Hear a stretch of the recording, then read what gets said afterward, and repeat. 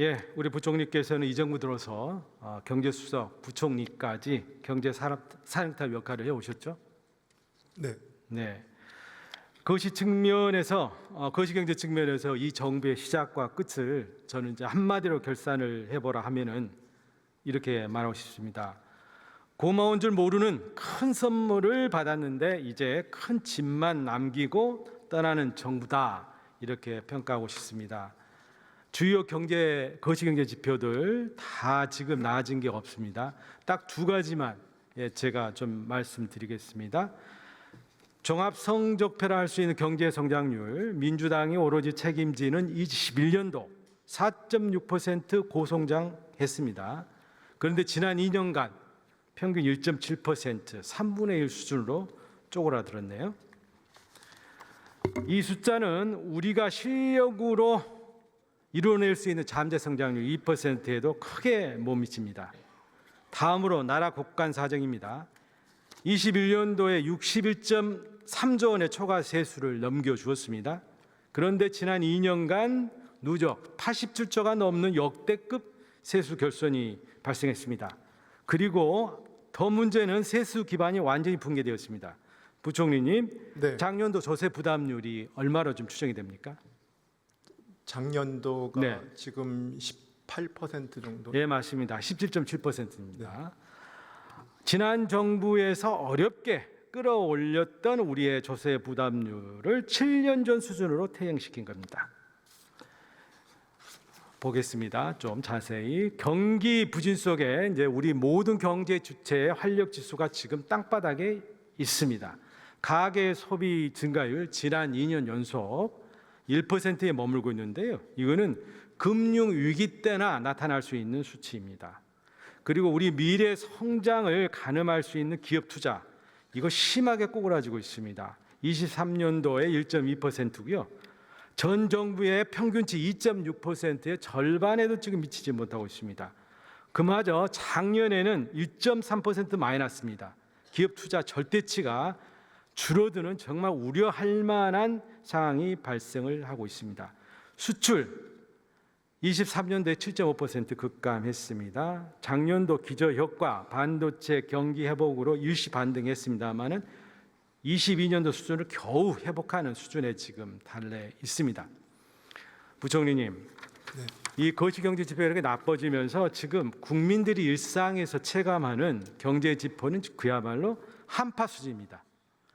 먼저 일자리 한번 같이 보시죠. 일하고 싶어도 일자리가 없습니다. 국민들이 원하는 안정적인 일자리, 상용 근로자라고 그럽니다. 2년 만에 5분의 1 수준으로 떨어졌습니다. 우리 중산층에게 일터를 제공하는 제조업, 건설업 분야 근로자는 2년 동안 10만 6천 개가 사라져 버렸습니다. 임금 보시죠. 명목 임금이 올랐어요. 그런데 물가를 따라가지 못합니다. 그래서 작년도 실질 임금은 3년 전에 비해서 0.7%가 떨어진 거죠. 힘들게 취업에 성공해도 생활 수준은 오히려 지금 떨어지고 있는 겁니다. 더 큰 문제는 우리 경제 침체 직격탄을 우리 자영업자들이 맞고 계시는 겁니다. 파탄 수준입니다. 내수 침체가 고착화되면서 23년도에 100만 명이 폐업을 했고 금년 들어 2개월 동안 20만 명이 줄폐업을 했습니다. 그러다 보니까 그 취업자 비중이 작년에 최초로 20% 이하로 떨어졌습니다. 부총리님 맞죠? 네, 근데 제가 좀 말씀드려도 될까요? 네, 말씀하십시오. 네.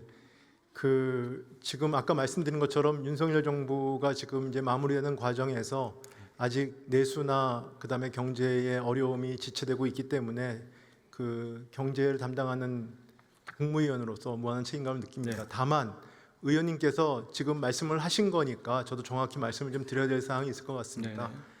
윤석열 정부 3년 동안에 저는 성과를 세 가지로 봅니다. 하나는 저희가 22년도, 23년도는 글로벌 유례가 없는 글로벌 복합위기였습니다. 물가가 6% 넘었고요. 그 다음에 저희가 수출이 마이너스였고요.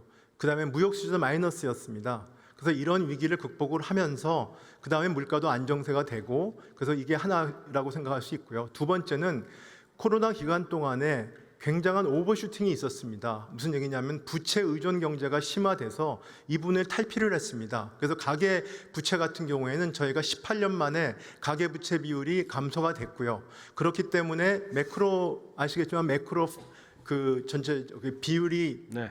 해서 전체적으로 가계 그다음에 기업 그다음에 정부 부채 비율 자체가 저희가 2000년도 이후로 처음으로 감소를 했습니다. 예. 이 얘기 뭐냐면 그만큼 체질이 개선이 됐다는 것입니다. 그건 네, 인기가 네. 없는 정책이었지만 저희는 체질 개선에서 노력을 했습니다. 세 번째는 제가 재정의 지속 가능성을 유지하면서도 그다음에 약자 복지를 했고 그다음에 인구 위기에 대응을 해서 그 저희가 소득 분배 지표는 좋아졌습니다. 그리고 그 출생률 자체도 출생률, 예. 제가 9년 만에 처음으로 반등을 했습니다.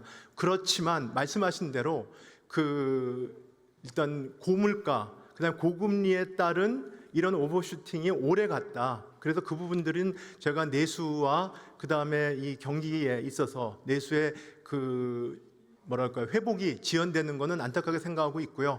그다음에 그러다가 최근에 관세 폭탄을 맞게 됐기 때문에 이 부분의 심리가 더 위축된 측면이 있습니다. 그래서 그 부분들은 예. 제가 남은 기간 동안에 최선을 다해서 민생 안정과 예.